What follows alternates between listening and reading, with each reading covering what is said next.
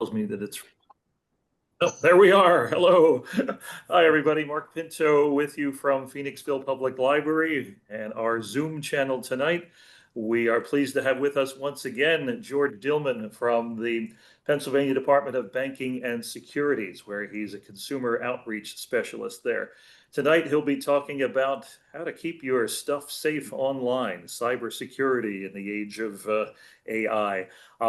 We ask that you hold your questions until the end. I'll stop the recording and then you'll be able to either put your questions in the chat or unmute yourself and ask the question at that time. So without further ado, George, take it away and thanks for being with us again. Great. Thank you, Mark. Great to be back. Great to be back. Hello, everyone. Yeah, the presentation today, Cybersecurity, Staying Safe Online, as Mark said. My name is George Dillman. I'm the Consumer Outreach Specialist with the Pennsylvania Department of Banking and Securities. Just a little bit about our agency. The Pennsylvania Department of Banking and Securities, we regulate those industries in the Commonwealth. If anyone ever has a question, a problem, an issue, a complaint as it relates to those industries, they can reach out to us. We're the regulators. We're the watchdogs. We make sure everybody follows the rules and regulations. They're doing what they're supposed to be doing, not trying to take advantage of consumers anyway as it relates to their industry. In the Commonwealth. And as I said, if anyone ever has a complaint, problem, some type of an issue, a question, they can reach out to us. We have our toll-free number is 800 PA Banks. That works out to 722-2657. We have an in-house staff that will take phone calls Monday through Friday from 8 to 5, normal business hours. You reach out during those days and times, you should get a live voice answering the phone. If you don't get a live voice answering the phone, you leave a message and somebody should get back to you within 24 business hours. I'm part of the outreach group. We go out into communities across the Commonwealth, whether in person or as tonight, virtually. Actually, first of all, making sure people are aware people are aware of our agency, what we do, how we help consumers, and how consumers can help us to help them.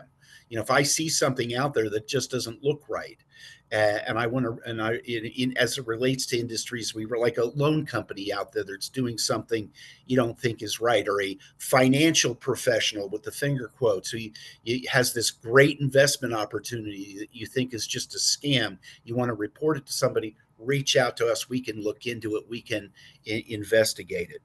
So again, cybersecurity, staying safe online. So what is cybersecurity? Cybersecurity is keeping everything you do on the internet safe so that no one can steal your information for their own gain. I think we all know that. It doesn't hurt to review it.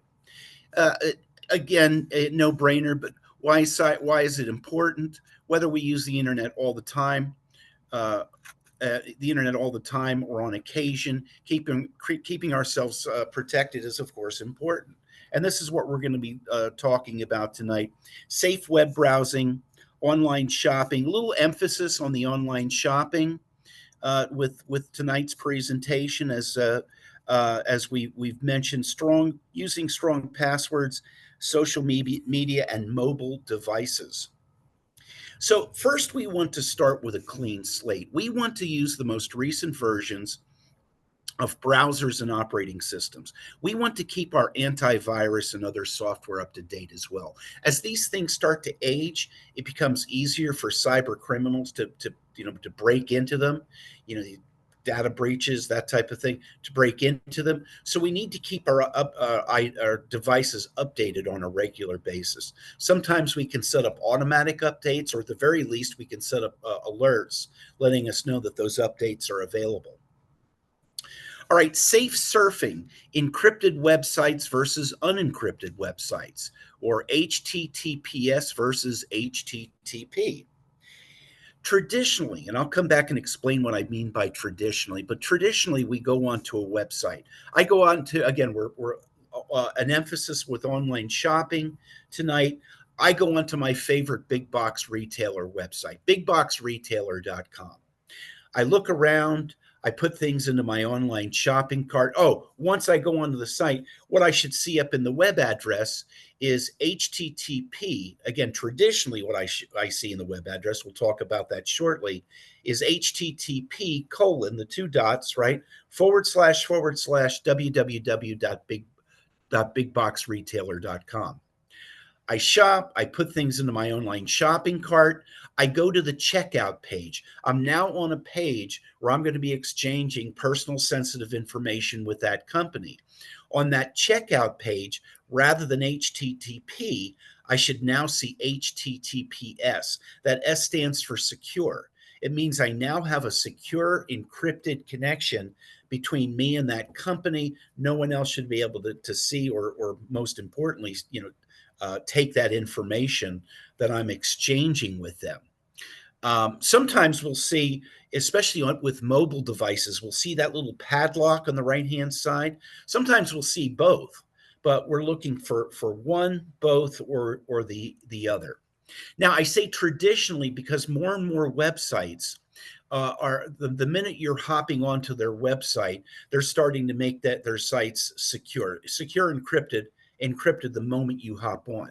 The moment you hop on, you'll see HTTPS and then the website. They realized it's just as easy to make their site safe and secure, encrypted the moment you hop on, as opposed to waiting until you possibly exchange personal sensitive information with them. So they're more and more doing that. Now, that doesn't mean if you go onto a website and you don't see it, you should panic. No, probably means that they're waiting for you to get to a point where you're going to be exchanging that, like checking out with an online account on that checkout page. So, but look for that.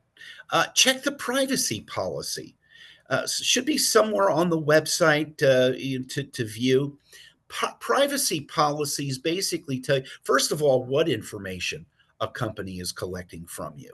And you may want to question in certain cases why they're with that one company out there, why they're asking you for information that other online retailers aren't asking you for. Gee, this new online retailer that I've never used before.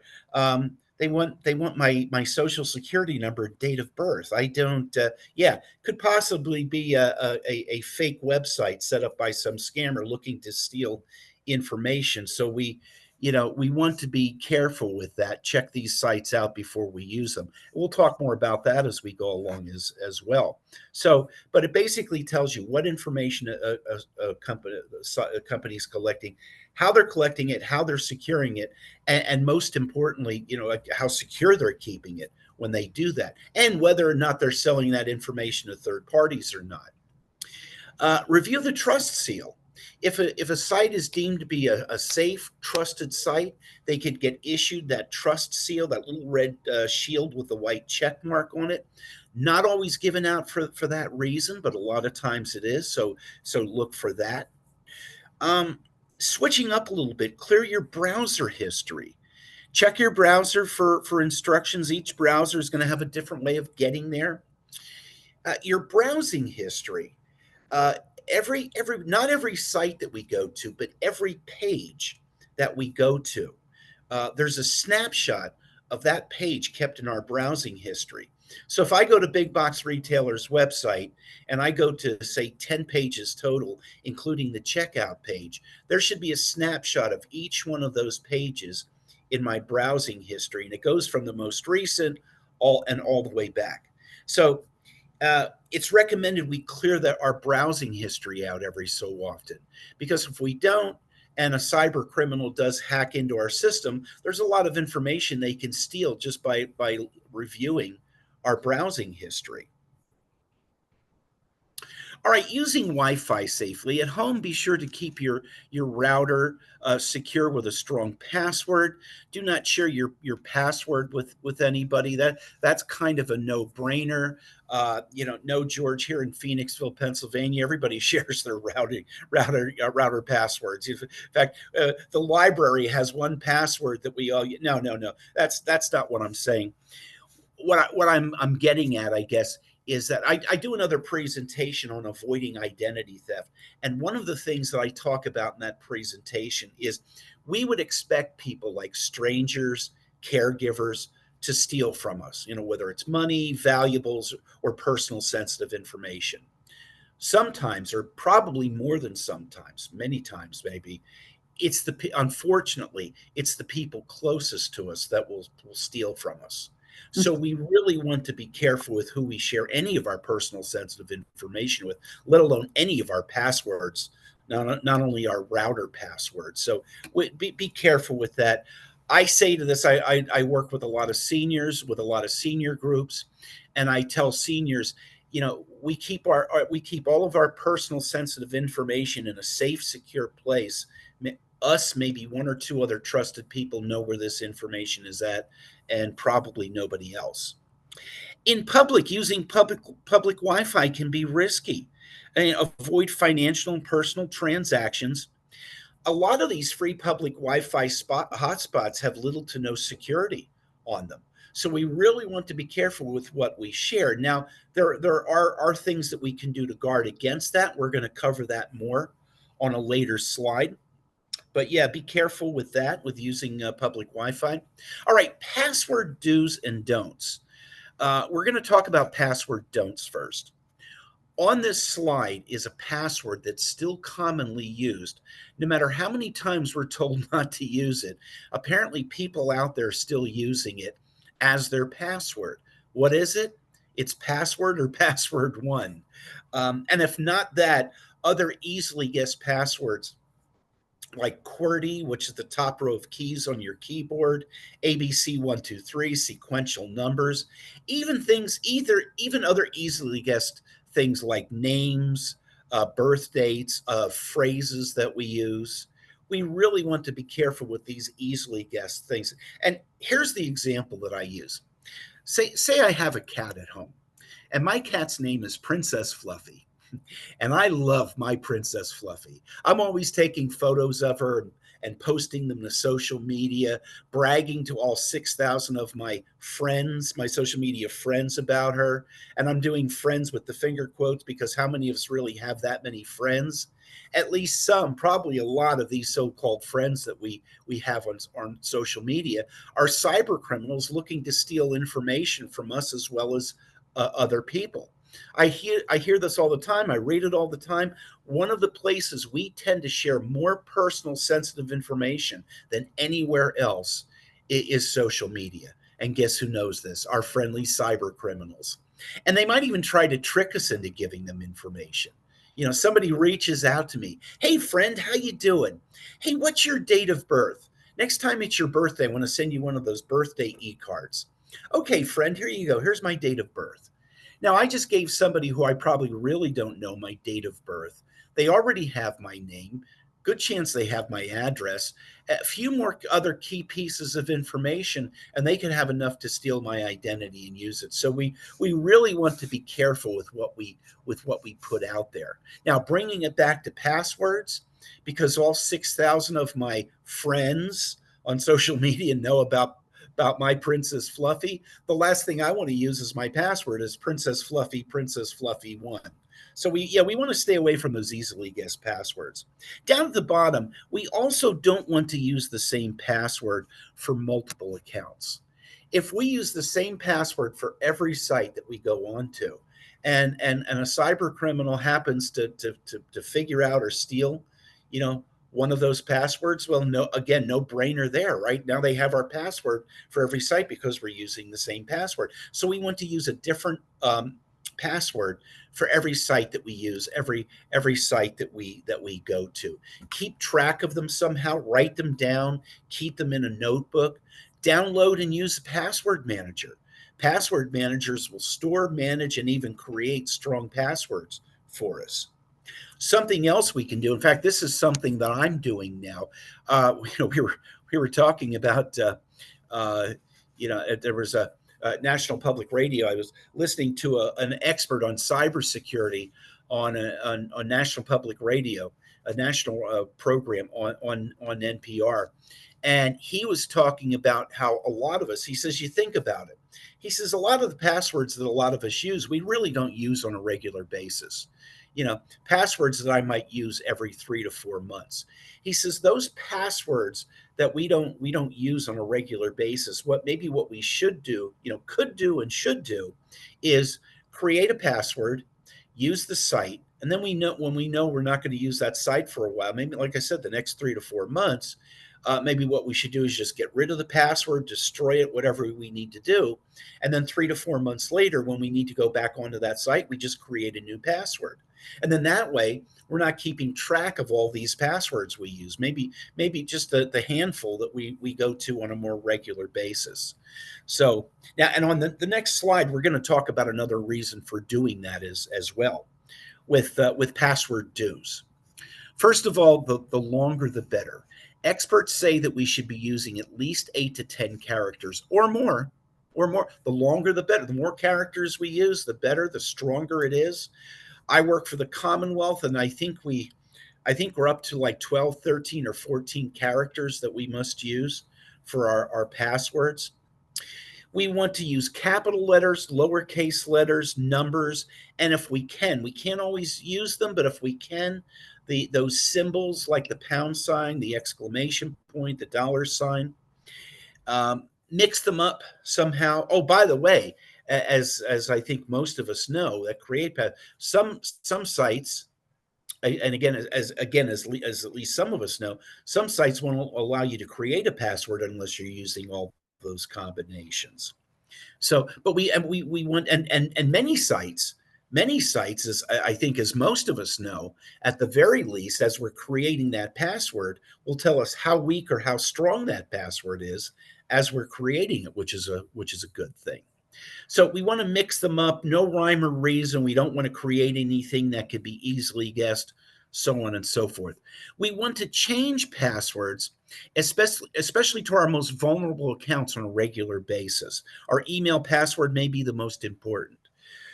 However they do it, I'm not the expert. However they do it, whether they figure them out or crack the code, the longer a password hangs out there, the easier it gets for cyber criminals to do that, either to figure them out, crack the code, whatever they do. So we want and need to change our passwords on a regular basis. Now, going back to those sites we don't use on a regular basis, if I have a number of sites that I go to maybe every 3 to 4 months, well, every 3 to 4 months, I'm automatically changing that password to that site. So as the old saying goes, killing two birds with one stone, not having to keep track of all these passwords and automatically changing passwords as we go on every couple of months to those sites.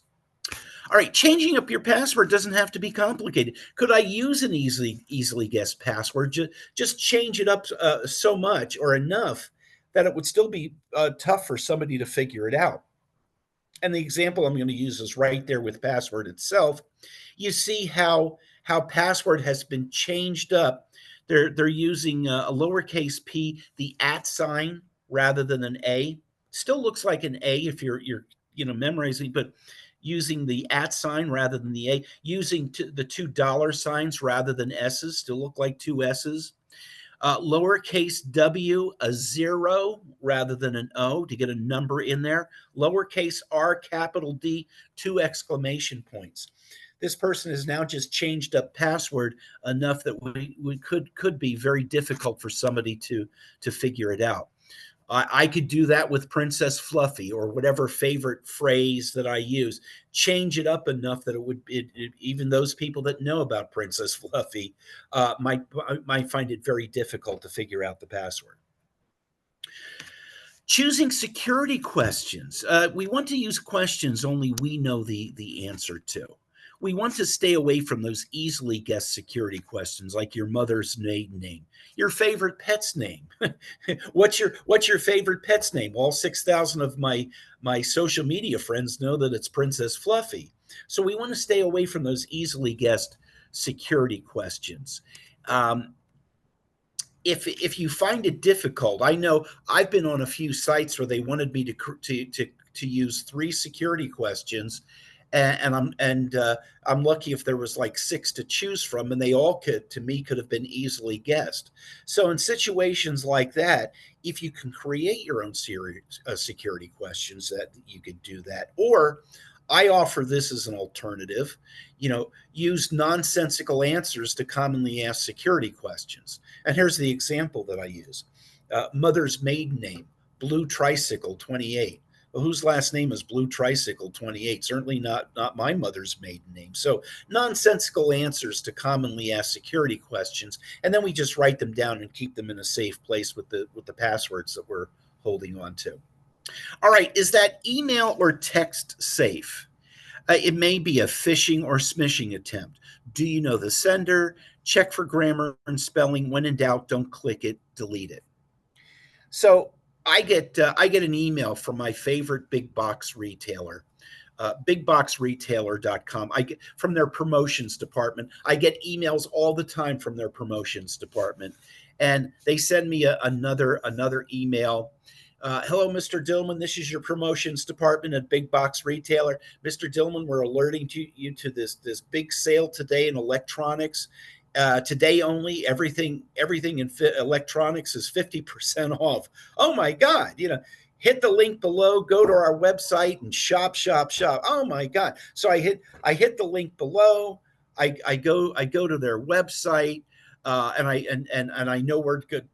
I know where to go to the for the electronics department, because I go on their website all the time. Find the electronics department. I shop, shop, shop. Oh my God! Everybody's going to have a great holiday season this year from Uncle Georgie. I'll tell you that, with all these electronics I'm buying at half price. Yeah, only to find out at a later point that email didn't actually come from Big Box Retailer, and I didn't get redirected to their website. But somebody might say, "But George, I get emails from Big Box Retailer all the time. I go to their website all the time. Everything was there. Everything was in place. The name, the logo, the email address that the email came from, the web address that I went to, and the website." In this day and age, it's very easy to copy and paste and Photoshop things and fake email addresses and web addresses. So we really have to be careful with these, from now on. How can we guard against that? Um, actually, let me hold up here. Let's go to text messages. Same thing with text messages. In fact, what's been popular over the last 3 to 5 years is you get a text message, especially during the holiday season when everybody's shopping and shopping online. You get a text message supposedly from Amazon, or supposedly from Walmart or UPS or FedEx, in relation to your package or packages. Something happened to your packages, or something happened to your information. You need to hit the link below. That'll take you to another page. We're going to need your information again. Yeah, again, only like with that fake email that you find out at a later point that text message didn't come from Amazon or FedEx or Walmart or whoever. It came from another source. How can we guard against that? With and by the way, so just sorry, but also you find without knowing it, if that email or text message came from a bad source, by hitting that link without knowing it, we could be releasing and downloading some malicious software to our computing device. Maybe some software that allows that scammer to go into our device anytime they want to steal information. So we have to be careful with that. Again, how do we guard against that?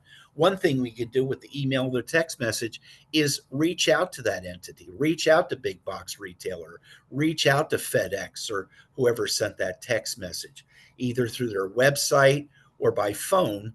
Now, if we do that, we certainly don't want to use the information that could be in the email or that could be in the email or the text message we received, because if they came from bad sources, we know where that phone number and or that website is going to connect us to. So we want to research, if we need to.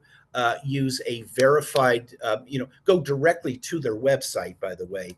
We're going to talk about that shortly, about going directly to a website as opposed to linking or getting redirected to a website, which could be a fake copycat website.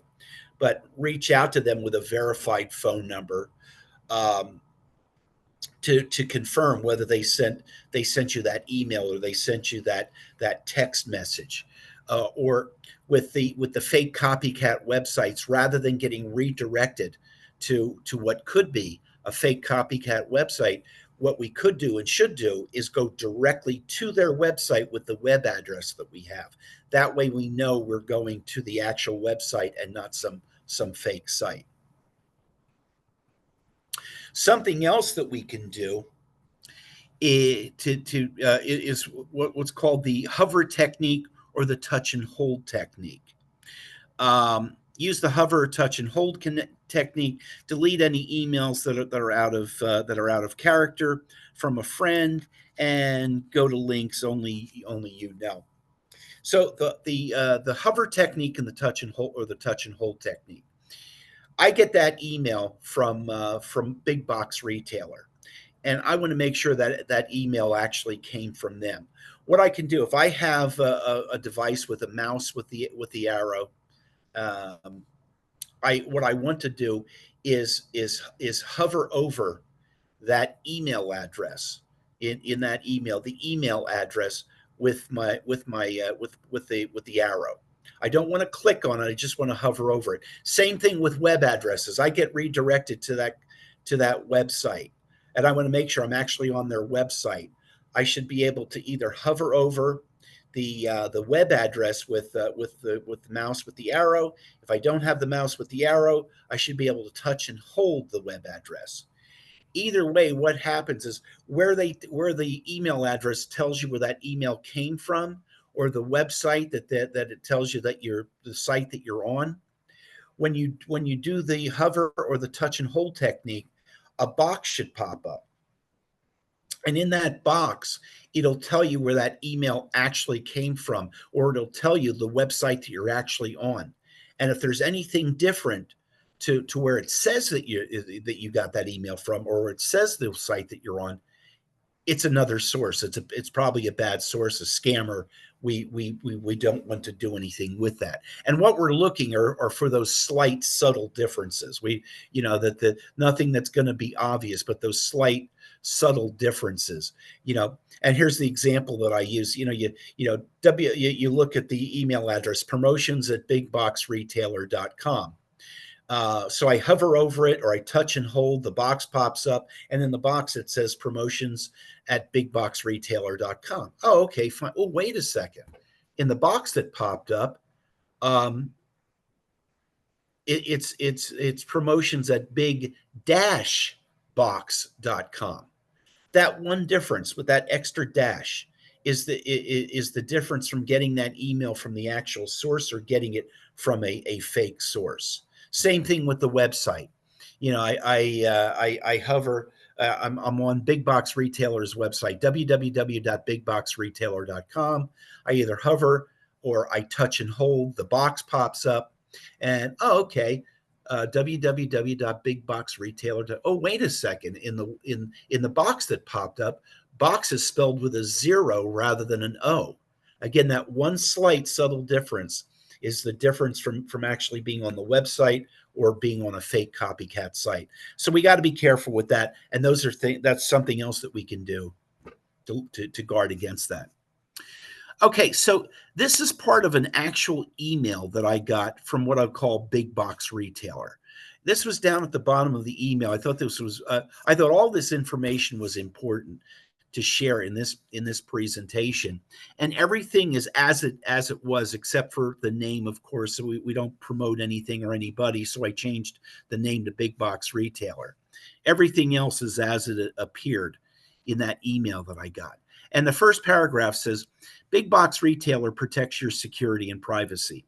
We will never ask for personal information such as passwords or credit card numbers in an email. If you receive such a request, please do not respond. They're basically telling us in that email that if we get an email from them asking for personal sensitive information, it didn't come from them. It came from another source, from a bad source. Don't respond to it. Get rid of it. Or maybe what we could do is reach out to them and ask if they want us to forward it to them. But yeah, we don't want to respond to it, especially given the information that they're asking for. It goes on the next paragraph to say, learn more about online safety and view and see our privacy policy. That alone, they're kind of promoting their privacy policy. And if they are, they probably have a good, solid, safe, secure, privacy policy. And I did check it out, and they do. So, I mean, if you go onto a company's website, it looks like they're trying to hide the privacy policy. Uh, you know, so, and finally, at the bottom is the date. Why is that date important? And by the way, when I made this slide, it was 2021, and I'll explain why I mentioned that. 2021. That date that we see at the bottom of a website. In this case, it's the bottom of an email, but you see the date at the bottom of a website. That date basically tells you the last time that website was updated, probably including security to that website. And if there's an older date on there, in fact, when I created this slide, I was on another website, went down, looked at the date. I think I was going to, I think it was a retail site. I was thinking about ordering gift cards from. I went down, checked the date at the bottom of the website, and the last date was 2016, 5 years prior. Because it was 2021. The last time they had updated that website, probably including security to that website, was 5 years prior. I got off the site. I didn't want to risk it. I didn't want to chance it because they need to keep their stuff up to date, like we need to keep our equipment up to date. So, yeah, check out the date as well on these sites as you see them. Okay, so we're gonna talk a little bit now about some top internet scams. Now, we've already talked about fake websites as far as fake copycat websites. Now we're going to talk a little bit about like brand new websites. We kind of alluded to this earlier on. I was talking about the information they're trying to get from us. Gee, why do they need my social security number and date of birth? No other retailer has asked for that. So you'll have scammers that will create brand new sites just to try to steal information from us. And here's the example that I use. You're on social media, you see this pop-up ad for this new website, Big John's Big Discounts. Every day, everything 50% off. Come to our website and shop, or come to our site and shop. Oh my, wow, okay. So I go to their website. I'm not hitting a link. Maybe I'm just going directly to their website, or maybe I am hitting a link, which we have to be careful with. But I go to their website, and once I get to their website, I find out that if I download and use their app, I'm going to get a $200 credit towards my first order or first orders. Oh my God, this is great! So I download their app, I use their app, I order some items through their website, great prices. Only to find out at a later point there is no Big John's Big Discounts. It was a fake website set up to collect my information as well as other people's information. And just like by hitting that link, on those bad links, as I'll call them, by downloading that app from a bad source, we find out that we, just like with the link, we could be downloading some malicious software without knowing it to our computing device. So we got to be careful with that. Experts say that more than 1/3 of third-party apps, these apps from these companies we're not too sure about, have malicious software attached to them. So we really have to be careful with the apps that we download to our devices. Now, the tried and true, we should be good, but those ones we're not sure about, like these brand new websites that we come across. And I was, unfortunately, early on, I was taken by one of these. I experienced a personal experience with this. Now, in my case, I used to go to this website where you could go to this website, and through this one website, you can link to all these other retail sites. And if you did it through their site, you got points. and you could turn the points into prizes. Well, I assumed, and we know what happens when you assume, I assumed that the site, screened out all of these retailers. Well, apparently they didn't, but I assumed that they did. I found I was looking for a certain item. There was only a couple retailers on the site that had this item, including the one that I saw I'd never heard of before, but I figured it's got to be legit. It's on this site. So I connect to their website. I find the item, and not only do they have the item, but they have the item at a great price, right? Sounds too good to be true. Yeah, because it turned out to be too good to be true. So I place my order, give them all my information, and then 2 weeks later, rather than getting that item that I ordered, I get a phone call from the credit card company, the credit card that I use. Hello, Mr. Dillman. This is your credit card company. Are you currently in Anchorage, Alaska? And did you buy someone flowers in Juneau, Alaska? No, I didn't, and I know the company you're talking about. It was a fake website, like a brand new fake website set up to steal something from me as well as other people. So we got to be careful with that. How can we avoid that? Do some research on these new sites before we do anything with them, right? Google the name of the site. You know, type in the name, and after you type in the name, type in scams, complaints, or both. See if anything pops up. Check with the Better Business Bureau, check online boards, ask around, do some research, make sure these sites, these new company retail sites we're looking to use, or other companies we're looking to use, are legitimate before we do anything with them because of that. Romance scams. Um, not much to do with shopping online, but more romance scams are huge. They're getting huger, if that's a word. I read two articles that said the top money making scam in 5 states, including the Commonwealth of Pennsylvania, is the romance scam. So we have to be careful. And whether it's us looking for romance or people that we know, uh, we need to keep an eye on our family and friends as well, because once people get hooked into these things, it's almost hard to get out. Difficult. They make this connection, this romantic connection, and in some cases, they're not even making a romantic connection. Scamming, by the way, is becoming huge on social media, and people reaching out. Hey, let's be friends. Let's be friends. I got 6,000 friends, and I have these friends online that I'm communicating with.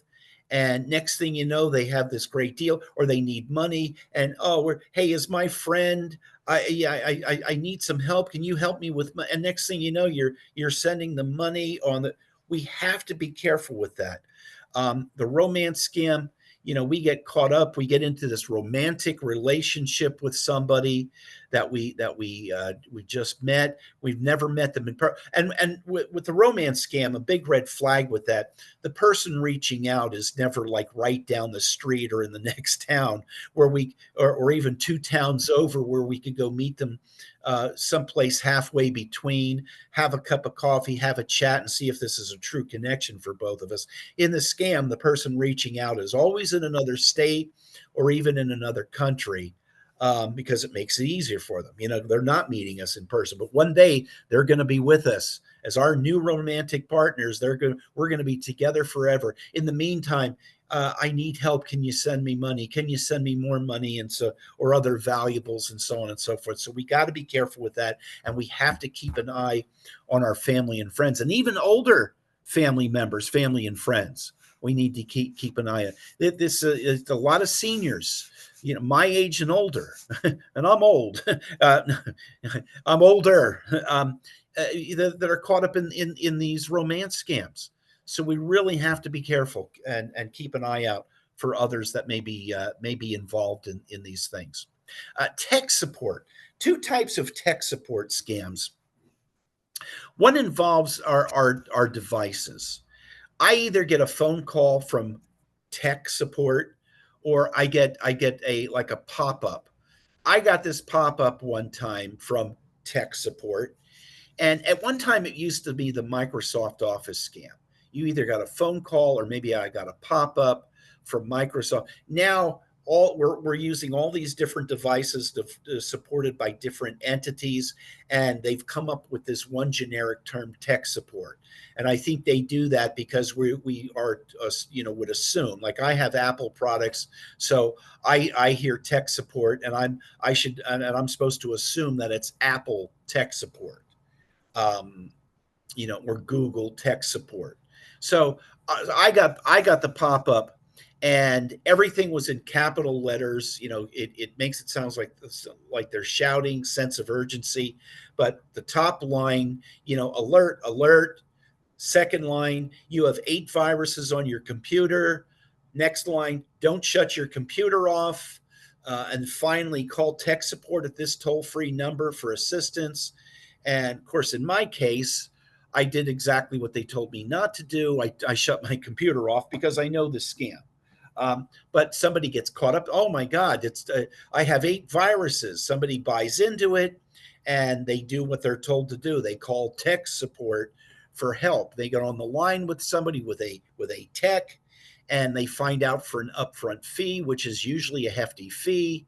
Um, they give this person access control of their computer, and they're going to go in and clear out all these viruses for them. So they do that. They give the person control of their computer, and they click this, they do that, they pull up this box, and in the box are those 8 viruses that I was told that I have, and they proceed to click and eliminate those viruses from our computing device. I think, as we all kind of figured out, it's a fake box with fake viruses. Best case scenario, they're charging us a fee for something they're really not doing. Worst case scenario, because they now have access to our computer, they could be in there stealing information and or planting some malicious software that it could allow them to go into our device anytime they want to steal information. So we got to be careful with that. Again, we can either get the pop-up, or we can get the phone call. With the pop-up, shut your computer off. And I always hear this with a lot of things, a lot of electronics, either 10 seconds or 10 minutes. I shut mine off for at least 10 minutes and restart it, and should clear everything up. Actually, when you turn your computer back on, you'll probably get a little box that asks if you want to return to the last screen. You want to hit no on that, because if you hit yes, it'll take you back to that pop-up that you got that you don't want to see there. If somebody calls you from tech support, you know what? Let me call you back. No, you got it. No, let me call you back. And then if you're not sure, if we're not sure, could we reach out to, again, in my case, could I reach out to Apple tech support to see if they called me about any problems? Yeah. And bottom line, if we think we're having an issue with our devices, first of all, could we reach out to somebody that we know? I half jokingly say that if I'm having an issue with my computing devices, I reach out to family or friends that are half my age or less and know a lot more about these things than I do. Or could we reach out to somebody local in our area who works with these things? They've been around for a while. They have a good reputation. We can take our device to have them check it out and fix anything that could be wrong. Could I take it back to the device back to where I purchased it? And have them look at it. So yeah, as opposed to working with somebody that reaches out to us out of the blue, telling us we have issues. Phony job opportunities. A couple different ways with the phony job opportunities, whether it's you or somebody else looking for a job. A lot of things being done online now. A lot of people working from home. A lot of job searching being done online, posting my resume here, resume there. Somebody reaches out to me. And in fact, I'm not even looking for work. And every so often I get somebody reaching out to me from ABC HR. So they saw my resume online. I'm thinking, what resume? I haven't looked for a job in, I've worked for the Commonwealth for over 20 years now. But you're actively looking for work, and they saw your resume online. They're with ABC Inc. They're looking to hire for these positions. We'd like to set up an interview with you. You look like a good candidate. You set up an interview. They might do an immediate interview to make it sound more legit. Maybe they, hey, let's say, can we interview we're looking to fill these positions right away. Can we set up a time for tomorrow to interview?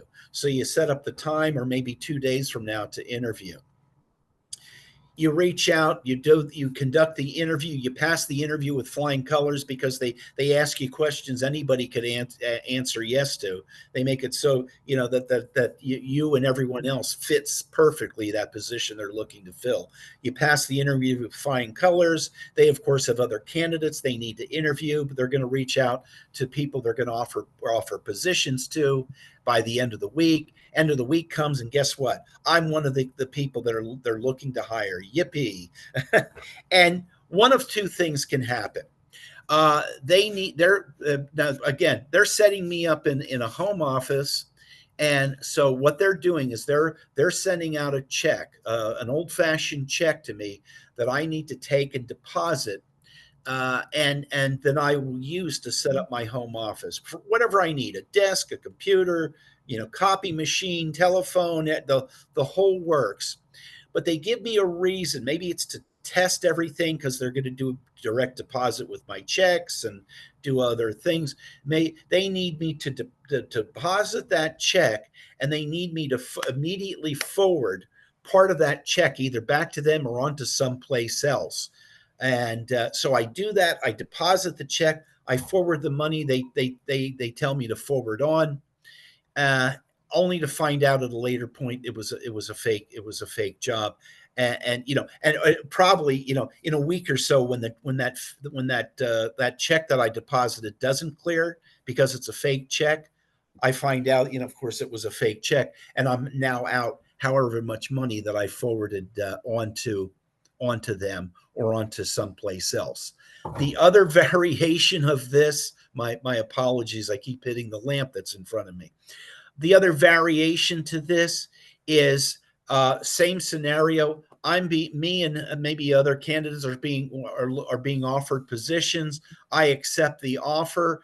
They're going to connect me to Mary Smith in HR.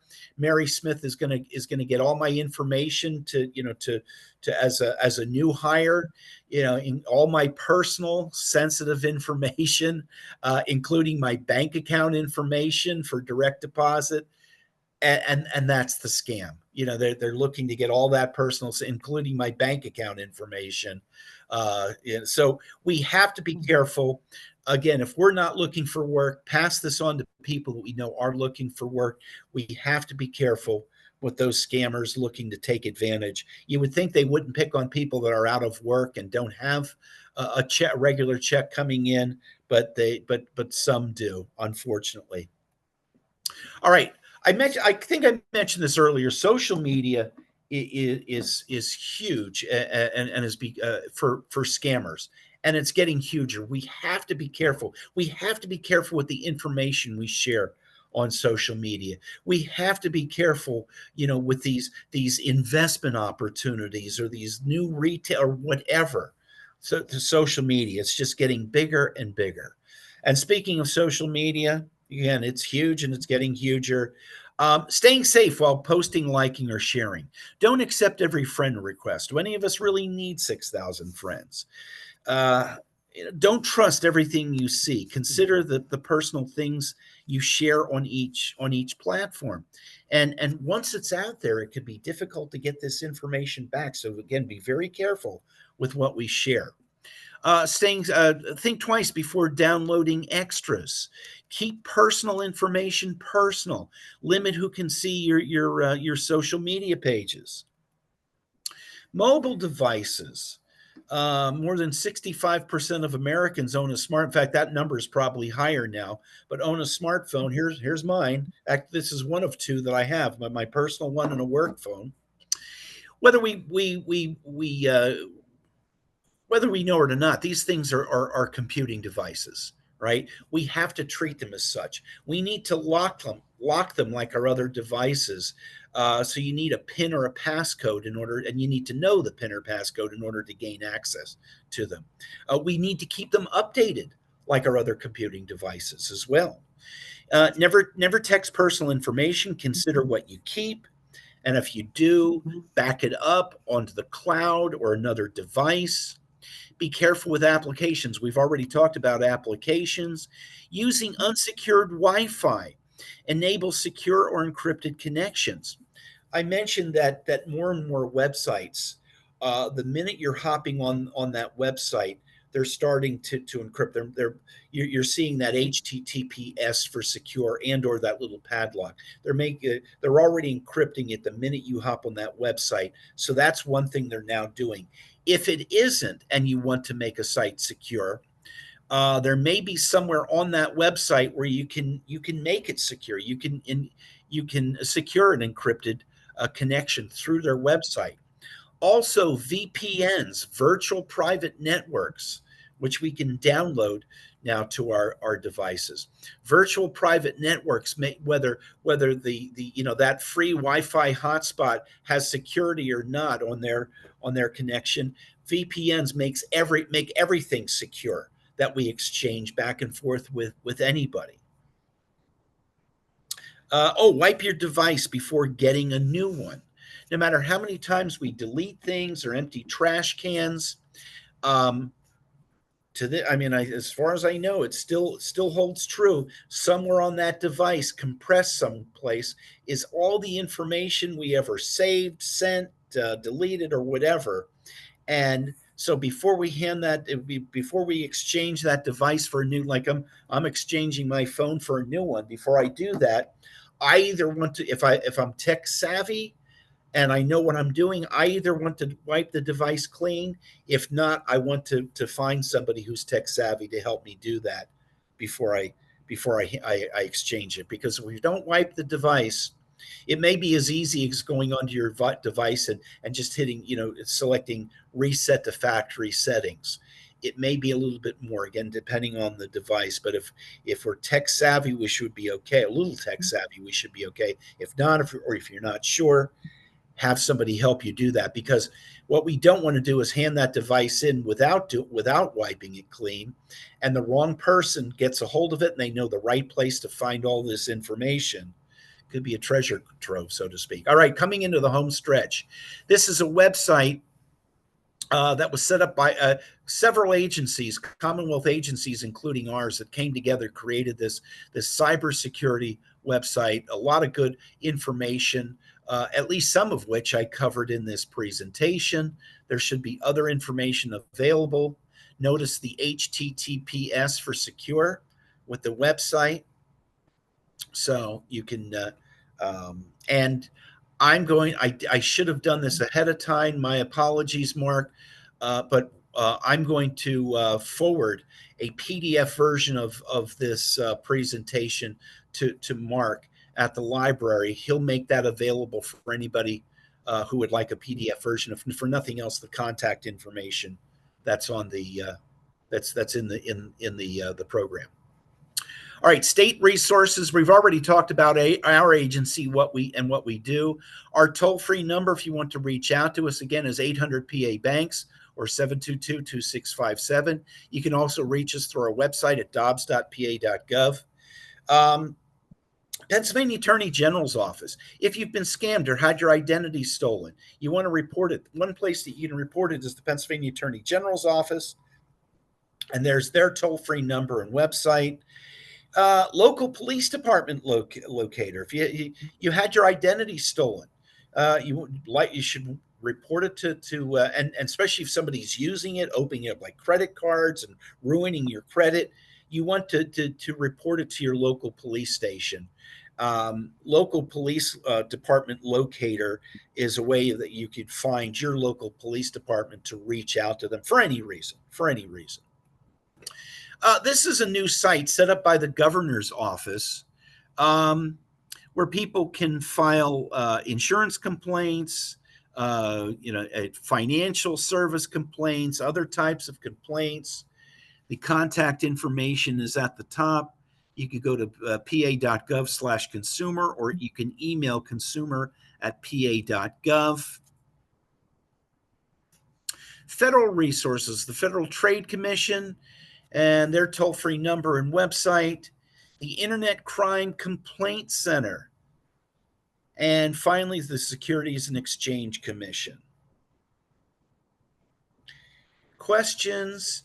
And here's my contact information for anybody who'd like to reach out to me. If anybody want to reach needs to reach out to me or want to reach out to me, best way to get a hold of me is through my email address, although you can phone as well. And with that, Mark, I think we can stop the recording.